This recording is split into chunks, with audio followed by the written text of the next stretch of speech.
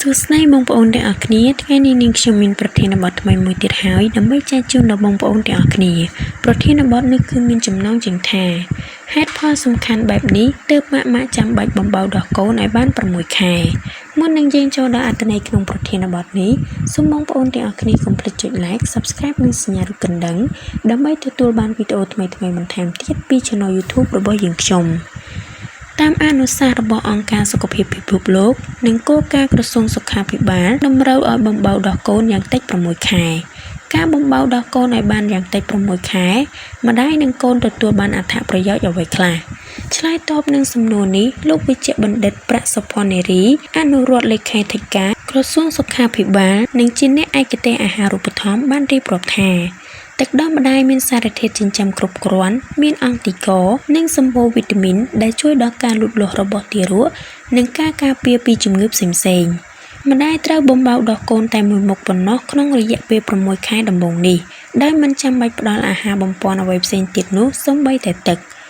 ការបំបៅដោះកូនដោយទឹកដោះម្ដាយភ្លាមអំឡុងម៉ោងដំបូងបន្ទាប់ពីសម្រាលអាចទប់ស្កាត់ការស្លាប់របស់ទារកបានប្រហែល 20%ទារកដែលទទួលបានការបំបៅដោយទឹកដោះម្ដាយតែមួយមុខគត់រយៈពេល6ខែដំបូងអាចកាត់បន្ថយជំងឺរាគរូសបាន11ដង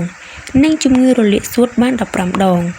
បើប្រៀបធៀបជាមួយកុមារដែលមិនបានបំបៅដោះកូនដោយទឹកដោះ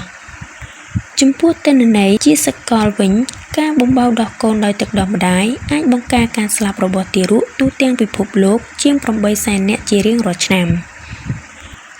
ចំណុចទី1អត្ថប្រយោជន៍កូនទទួលបានពីការមុំដោះម្ដាយចំណុចកកាត់បន្ថយគ្រោះថ្នាក់ជំងឺធាត់ជ្រុលចំណុចខកាត់បន្ថយជំងឺហឺតនិងសរសៃឈាមបេះដូងចំណុចកកាត់បន្ថយទឹកនោមផ្អែមប្រភេទទី2ចំណុចខ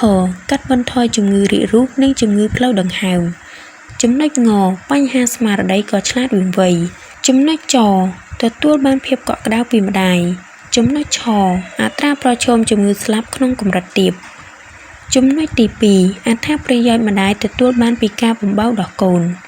ចំណុចកកាត់បន្ថយហានិភ័យជំងឺមហារីកសូដន់ចំណុចខជំងឺមហារីកមាត់ស្បូនឬដៃស្បូនចំណុចកអាចពន្យាពេលបង្កកំណើតឬគេហៅថាកាត់បន្ថយគម្លាតការមានកូនចំណុចខជួយសម្រកទម្ងន់ចំណុចងកាត់បន្ថយហានិភ័យជំងឺបេះដូងចំណុចចកាត់បន្ថយជំងឺទឹកនោមផ្អែមចំណុចឆធ្វើឲ្យសុខភាពផ្លូវចិត្តល្អនិងចំណុចចកាត់បន្ថយការចំណាយចំពោះម៉ាក់ដែលមានពេលគ្រប់គ្រាន់ឬអាចលៃលកពេលបាននោះអាចបន្តបំបៅដោះកូនឲ្យបាន2ឆ្នាំចាំផ្ដាច់លោកជំទាវវិជ្ជបណ្ឌិតថា